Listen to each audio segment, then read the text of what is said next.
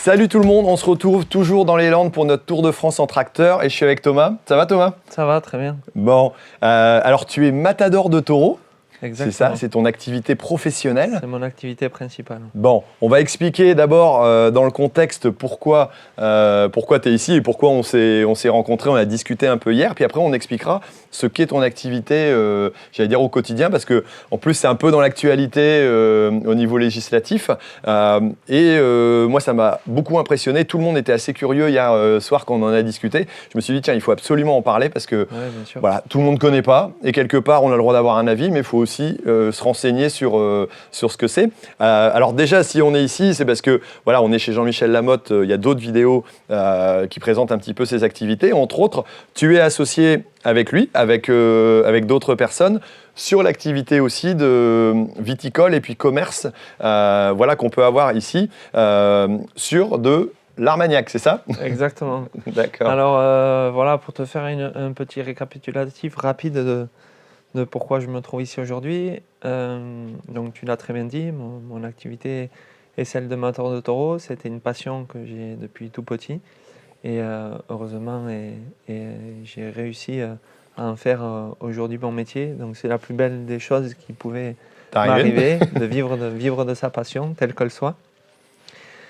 Mais donc j'ai l'occasion, si tu veux, de beaucoup voyager de par mon activité principale. Mm-hmm. Mais je ressentais l'envie et le besoin de me retrouver un petit peu dans une aventure commune avec des amis, avec un ami d'enfance qui est Julien Tastet. Mm-hmm. Et on avait le projet qui est aussi associé ici dans ce domaine. On avait le projet de se rassembler dans un projet commun et dans un produit commun. Et qui plus est l'Armagnac, qui est vraiment typique, on va dire, qui est un produit typique de notre région et de nos terres, de là où on est originaire. Donc voilà, ça fait maintenant quelques années, ça fait 7 ans, je pense, 6-7 ans, qu'on est dans cette aventure-là et qu'on vit une aventure et qu'on essaie de développer un projet commun autour de l'Armagnac. Autour de l'Armagnac. Alors, on le disait, vous êtes amis d'enfance parce que vous êtes dans les villages à côté, c'est ça? Exactement. On est, avec Julien, on est issus d'amis d'enfance. Nos pères étaient amis aussi de longue date. Et donc, on a quelque part, on a grandi ensemble. On l'a vu avec Jean-Michel dans notre vidéo, il est aussi très impliqué dans le fait de vouloir donner de la valeur au côté local, de vouloir rester bien ancré dans ses racines, et puis d'arriver, il a réussi à plusieurs entreprises, d'arriver à dire, ben voilà, je développe des activités, il y a les salles à côté, et puis il y a ce côté Viti. Il aime bien s'entourer de personnes aussi qui peuvent donner un rayonnement à ses activités et puis partager, quoi. Je suppose que toi, c'est ce qui t'a intéressé aussi là-dedans, non? C'est ce qui m'a intéressé, sa personnalité, son charisme, c'est quelqu'un de très gentil, très agréable. Très rayonnant. Et exactement, très rayonnant. Il donne envie d'avancer. Et qui a justement envie de développer tous les projets qu'il mène. Et il emmène un paquet. Mais il a envie aussi, comme tu l'as très bien dit, de s'entourer de personnes qui peuvent également l'y apporter. Donc c'est pour ça qu'aujourd'hui, l'idée de son projet nous a totalement convaincus. Ok, bon, on a parlé un peu du sujet, maintenant on va parler un peu de ton activité. Si on veut réexpliquer les choses, voilà, c'est la tauromachie, comme on dit, les corridas. Voilà, les corridas, voilà, c'est bien. Alors moi, je connais absolument rien parce que je suis du Nord. Totalement. Et c'est quelque chose de très local, quoi. C'est centré ici dans le sud de la France. Dans le sud de la France. On en voit aussi en Espagne, on en voit aussi en Amérique du Sud, c'est ça? Alors oui, exactement. Aujourd'hui, en France, comme tu l'as très bien dit, la corrida, c'est quand même très localisé, on va dire, vraiment dans le sud-sud de la France, en partant ici de notre région avec Dax, Bayonne, Mont-de-Marsan, Vic-Fezensac, et en allant un petit peu aussi dans le sud-est, qui est Arles, Nîmes, Béziers. J'ai cité les arènes de première catégorie, mais vraiment, il y a plein d'autres arènes, on va dire, dans tous les villages des alentours, et la tauromachie est vraiment très ancrée ici, dans nos départements. Et au contraire de tous les pays comme l'Espagne et le Portugal, où là c'est dans l'ensemble des pays. Et on a aussi l'opportunité de pouvoir voyager, puisqu'il y a aussi beaucoup de corridas, que ce soit au Mexique, en Colombie, au Pérou, au Venezuela, en Équateur. Ce sont des pays d'Amérique centrale, où là la tauromachie est également très présente. Qui s'est exportée, j'imagine, par les traditions, parce que c'est une tradition. C'est une tradition à la base latine, donc bien évidemment... Dans tous les pays latins, la tauromachie est présente. et qui s'est exportée, on va dire, ici en France depuis des centaines et des centaines d'années, et où maintenant elle fait partie du patrimoine culturel français local. Ok. Si on veut reprendre un peu ce qu'est la tauromachie, les corridas, donc tu as, toi tu sais, j'ai oublié le nom que tu donnes, c'est Matador. Taureau, voilà, donc toi tu es Matador, c'est-à-dire que tu travailles, tu exerces ton art. Je suis l'acteur principal, on va dire, du déroulement. Du déroulement. Voilà. Et il y a un second acteur qui est très important, qui est le taureau. Oui, totalement. Voilà. Tu expliquais hier, voilà, que tu essaies de mettre en valeur quelque part ses forces, ses qualités, avec pour objectif final peut-être de le gracier, parce que ça fait partie des choses, tu nous as expliqué, pour toi la plus belle chose c'est quand le taureau est gracié parce qu'il a très bien travaillé et que tu as pu le mettre en valeur aussi, quoi. Exactement. Le taureau, c'est l'élément principal, on va dire, du déroulement d'une corrida. Tout se passe autour de lui, tout se passe autour de cet animal. Et donc c'est sûr que le taureau, il est génétiquement choisi pour être destiné à aller dans une arène. C'est-à-dire qu'il y a une sélection très précise entre une mère, un père, qui arrive à faire un produit. Et ce taureau-là, après, il est destiné à aller dans une arène avec ses qualités, ses défauts, qu'il a à l'intérieur de lui génétiquement. Donc si vous voulez, le but du torero, c'est d'arriver à comprendre le comportement du taureau et à faire sortir au mieux possible les qualités qu'a le taureau à l'intérieur de lui. Donc si vous voulez, la grâce d'un taureau, c'est alors certes que le taureau soit bon, c'est-à-dire qu'il remplisse des caractéristiques, les deux plus importantes, qui sont la bravoure et la noblesse, qui remplissent ces deux caractéristiques-là avec beaucoup de qualité, on va dire. Mais après, c'est au torero aussi à faire techniquement, à montrer ses qualités au public. Ouais. Et quand vous arrivez à gracier un taureau, c'est-à-dire que le taureau a rempli toutes ces qualités-là, que le torero a été capable de montrer au public les qualités du taureau, et que le jury, parce qu'on appelle ça une présidence chez nous, c'est un jury composé de 3 personnes, octroie, de par la demande du public, octroie la grâce du taureau. D'accord. Donc ça, pour nous, c'est vraiment la plus belle des choses qui puisse arriver dans une arène. D'accord, c'est un peu par ferveur du public aussi que le jury... C'est dur à expliquer quand on n'a jamais vu une corrida, mais ça se fait au fur et à mesure du spectacle, au fur et à mesure du déroulement, on va dire, d'une faena, on appelle ça nous une faena, où l'ambiance monte, les gens voient la qualité du taureau, voient que le torero est en train de faire exprimer les qualités du taureau le mieux possible, et c'est le public qui demande la grâce du taureau. Ok, alors... dernièrement, il y avait une loi qui était en train d'essayer de passer, mais pour finir, elle était décalée, c'est ce que tu nous expliquais, parce qu'il y avait trop d'amendements quelque part autour. Vous avez l'intérêt de conserver cette tradition, toi pour ton activité, mais c'est aussi énormément d'activités autour, que ce soit pour les éleveurs. Tu me disais hier, si on arrête quelque part cette activité-là, il y a des éleveurs qui vont s'arrêter, il y a des races qui vont disparaître. Parce qu'elles sont conservées avec ça. C'est une race, si vous voulez, qui disparaîtra. Aujourd'hui, c'est sûr que le spectacle en lui-même, le spectacle de la tauromachie, fait beaucoup parler. Parce que, bien évidemment, il y a la mort la plupart du temps, il y a la mort d'un animal à la fin de la corrida. Mais c'est très dur à comprendre, mais ça fait partie, on va dire, de la suite logique du déroulement d'une faena. C'est-à-dire qu'un taureau de combat, comme on l'a dit plusieurs fois, né pour aller dans une arène. Il porte bien son nom, on appelle ça un taureau de combat. C'est-à-dire qu'aujourd'hui, si la corrida venait à disparaître, c'est une race, la race du taureau de combat qui disparaîtrait viendrait aussi également à disparaître. Et donc, c'est toute une économie et toute une façon d'élever aussi qui viendrait à disparaître. Ouais, d'accord. On l'a comparé un peu hier en disant, voilà, il y a des boxeurs aussi qui vont, et même parfois dans d'autres sports, qui vont risquer leur vie. Et toi, tu le fais aussi parce que c'est dangereux. Il y a eu des toreros qui sont morts. Ont perdu la vie. J'allais dire, ont perdu la vie sur...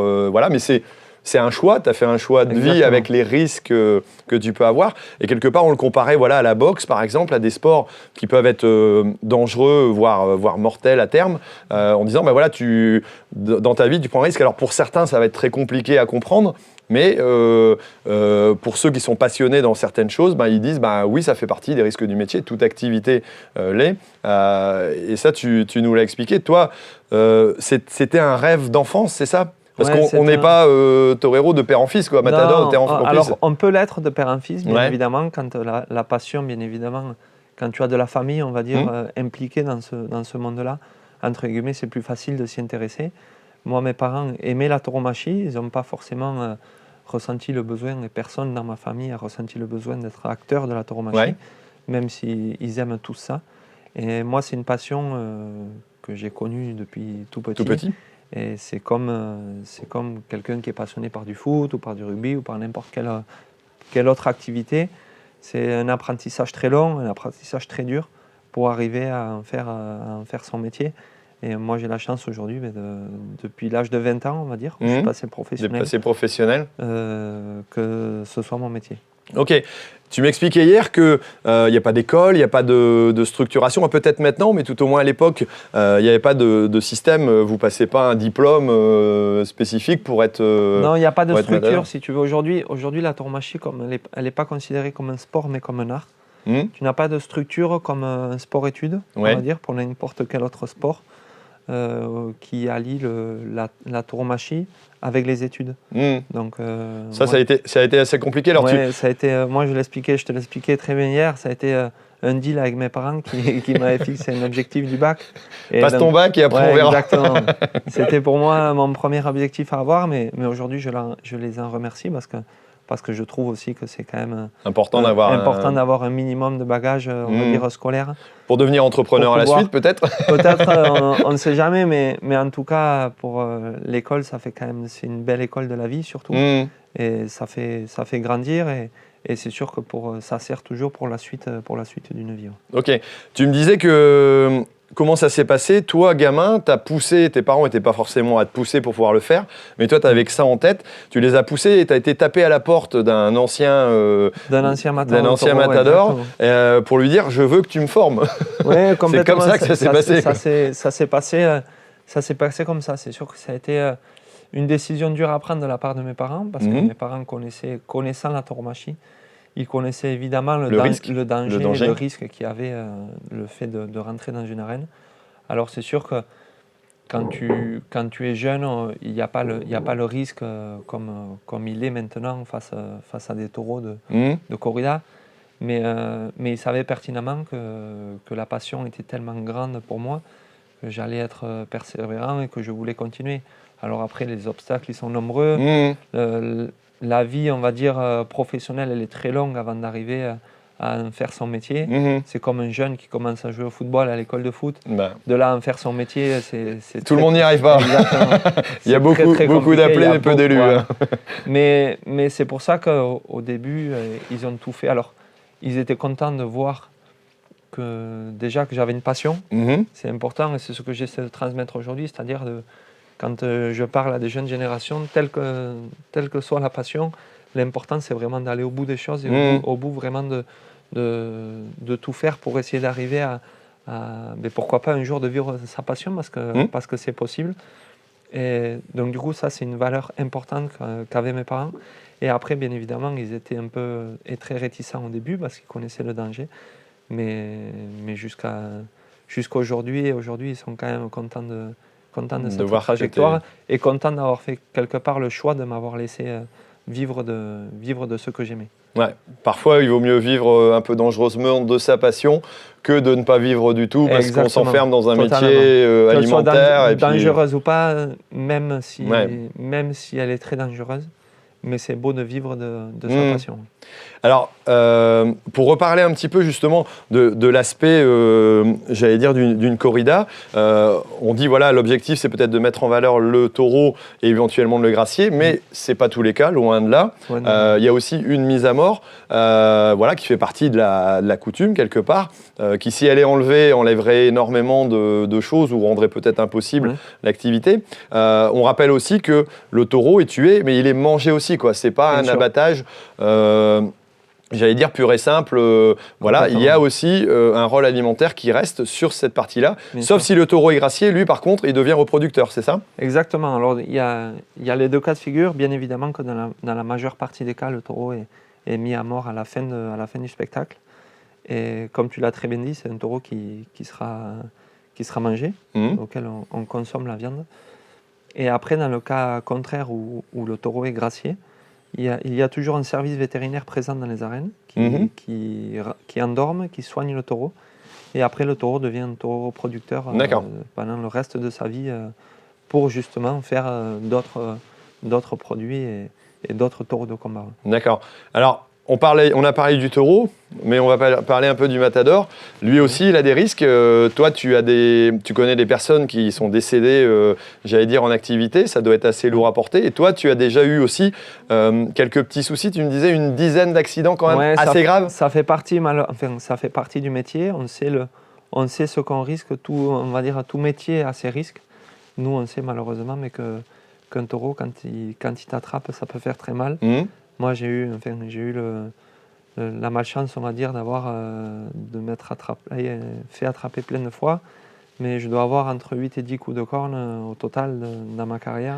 D'accord. C'est des moments, c'est sûr, c'est des moments durs à passer. Mais bon, on connaît le risque à prendre. On sait que ça peut arriver. Comme n'importe quelle autre personne dans d'autres domaines ont des risques également. On sait que ça fait partie du métier, mais c'est ce aussi qui fait la beauté de la tauromachie. Et c'est ce aussi qui fait que, on va dire, tout le monde ne peut pas rentrer dans une arène devant un taureau. Comme tous les sports, il y a un dépassement de soi, il y a des risques, je veux dire, en Formule 1, dans énormément d'activités, on sait qu'il peut y avoir... il y a des moments comme ça où on sait qu'on risque notre vie, mais souvent la passion est bien plus forte et l'emporte bien évidemment. Je pense que c'est important de faire le rapport avec le sport, même si là c'est en l'occurrence un art, voilà, qui est considéré comme ça, mais où les gens se dépassent et vont très loin aussi là-dessus, quoi. Alors quelque part, toi dans ton activité, tu gagnes ta vie, tu fais partie des professionnels qui sont bien cotés, j'allais dire, sur la place, mais tu as aussi tout un staff, il y a toute une organisation autour de toi, tu disais presque une dizaine de personnes. Une dizaine de personnes, entre 10 et 12 personnes, on va dire, qui sont là, alors certains au quotidien, d'autres dans l'ombre. Mais ça représente quelque part une petite entreprise. Une activité où chaque fois où moi je t'aurai, mais ça représente... ça fait travailler des gens, ça fait énormément travailler aussi autour des arènes, que ce soit lors des... Ah oui, totalement. Après, ça c'est, si on parle plus large, on va dire, les férias ici dans le sud-ouest, pour ceux qui les ont vécus, se sont rendus compte que ça représente une économie locale très importante. De tout ce qui est restauration, hôtel, logement, j'imagine. Activité, logement. Ça représente une très grande activité. Ça représente un revenu aussi très important pour bien nombre de personnes. Et ça crée une activité économique énorme autour. Et aujourd'hui, si vous voulez, les férias en elles-mêmes, sans corrida, ne seraient pas ce que le sont à l'heure actuelle. Voilà. Bon, c'est normal que ce soit ton point de vue, hein. Bien sûr, étant donné que tu le pratiques. Alors, j'allais dire, je vais arriver peut-être au final. Quelque part, toi, pour exercer ça, tu es un grand sportif. Alors, on l'a vu hier, on était à une soirée avec beaucoup de monde. Je t'ai vu faire très attention à ce que tu mangeais, à ce que tu buvais. Parce que toi, en termes d'activité physique, tu es un athlète, quoi. Oui, exactement. Alors, malgré le fait que ce soit un art, c'est avant tout, on va dire, une représentation artistique, mais il y a quand même une grande partie, on va dire, physique, où la condition physique est très importante, ne serait-ce que par les costumes. Les costumes sont des costumes faits sur mesure, où le moindre kilo gagné ou perdu, vous le ressentez très vite. Et la performance physique aussi. Et après, ça coûte importante. cher s'il faut refaire les coutures. Voilà, exactement.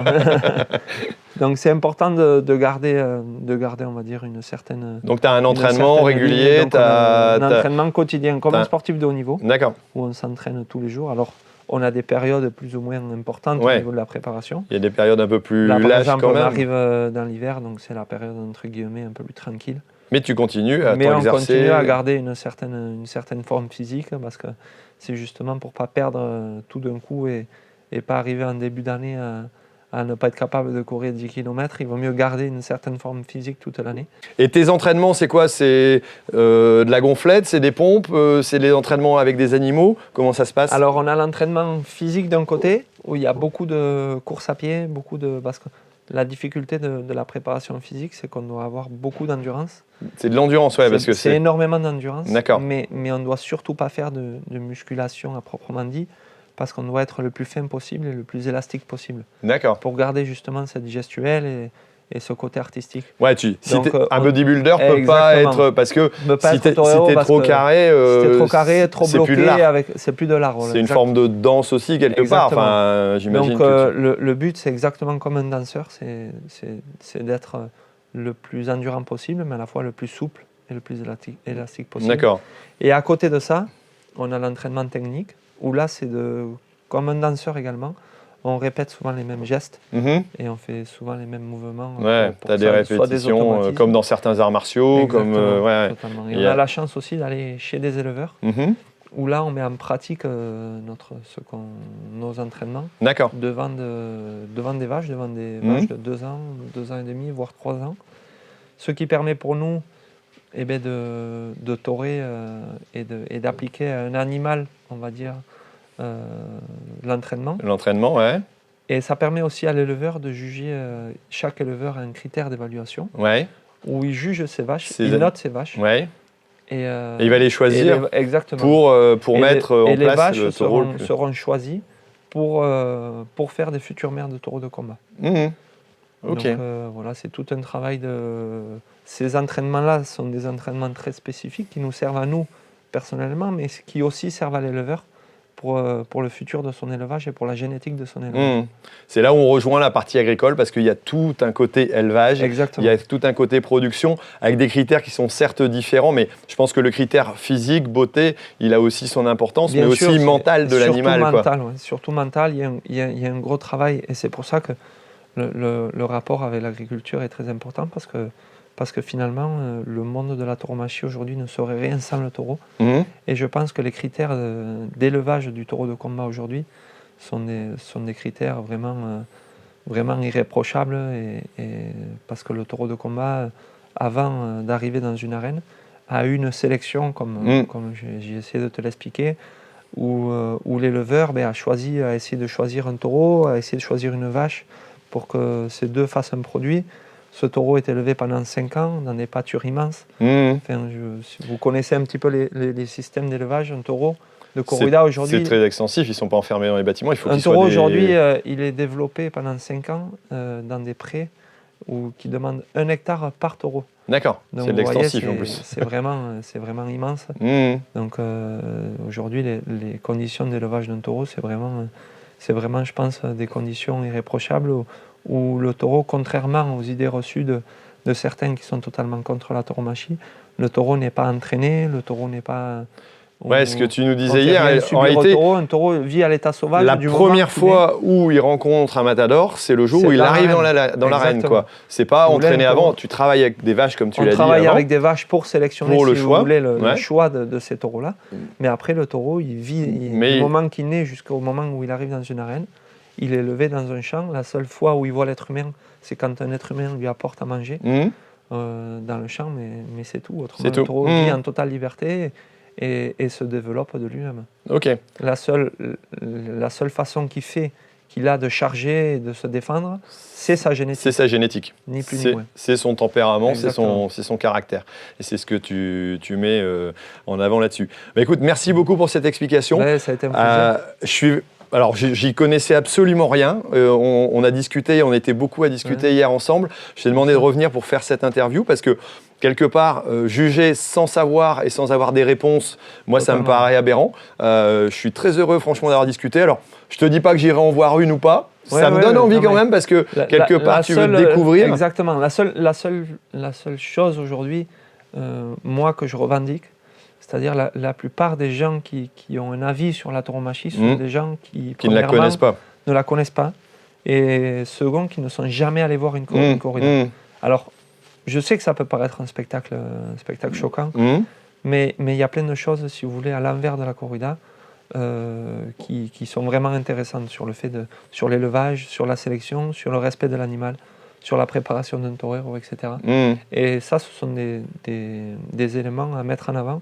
Et aujourd'hui, je pense, avant d'avoir un avis, et que ce soit sur la tauromachie ou sur n'importe quel domaine, il faut s'y intéresser, essayer de comprendre le sens, comprendre le pourquoi du comment.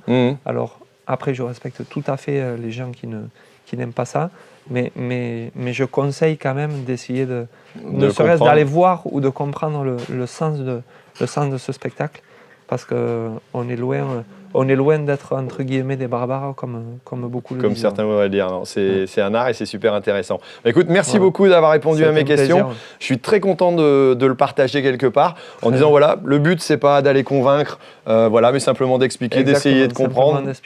Voilà, moi, c'est mon but dans les vidéos agricoles. Et là, on sort un petit peu du contexte, même s'il y a un fort rapport, parce que voilà, tu es aussi entrepreneur bien sûr, au niveau viti, mais tu as parlé aussi de tout ce qui est élevage et de cette partie parfois très méconnue, j'allais dire, de l'activité autour de la tauromachie. Je pense que c'était important. Merci beaucoup. Avec plaisir. Voilà, alors vous pouvez aussi mettre des commentaires, j'espère qu'ils ne seront pas trop méchants, mais en tout cas chacun a le droit de s'exprimer. Oui, totalement. Voilà, et puis j'espère que ça vous a intéressé, en tout cas moi ça m'a beaucoup intéressé. Nous on se retrouve pour d'autres vidéos pendant notre Tour de France, voilà, qu'on achève pour cette année et on redémarrera certainement. Je pense qu'on essaiera de revenir un coup dans le coin pour essayer d'en découvrir un peu plus. Pour une corrida, pourquoi pas. Pourquoi pas. Bah écoute, merci beaucoup, et puis merci à vous, et puis on se retrouve très bientôt pour d'autres vidéos. Allez, ciao.